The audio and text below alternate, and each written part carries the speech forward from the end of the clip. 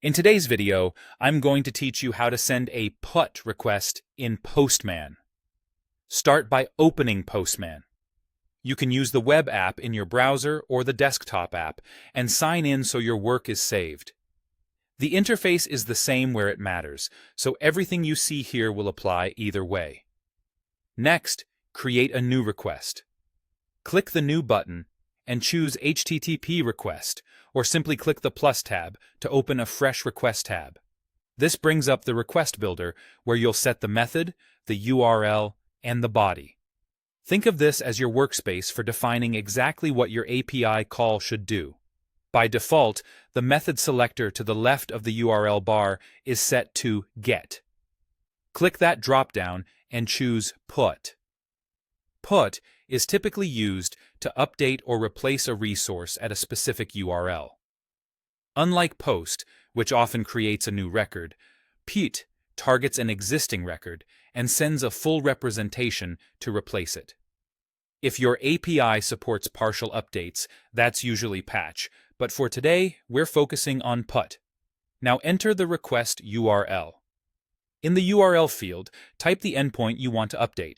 Because PUT updates a specific resource, you'll usually include an identifier in the path, for example, https://api.example.com/users123. Replace the domain, path, and ID with the details for your API. Double-check the URL spelling and any versioning your API uses, such as v1 or v2, so you don't hit the wrong endpoint. Next, add the request body.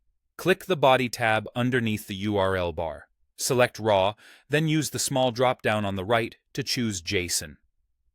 This tells Postman to send the data as JSON, and it will set the content type header to application JSON for you. In the editor, type the JSON that represents the updated resource. Make sure it's valid JSON, use double quotes for keys and strings, and include commas between fields. The structure should match what your API expects, such as name, email, or other fields defined in the documentation.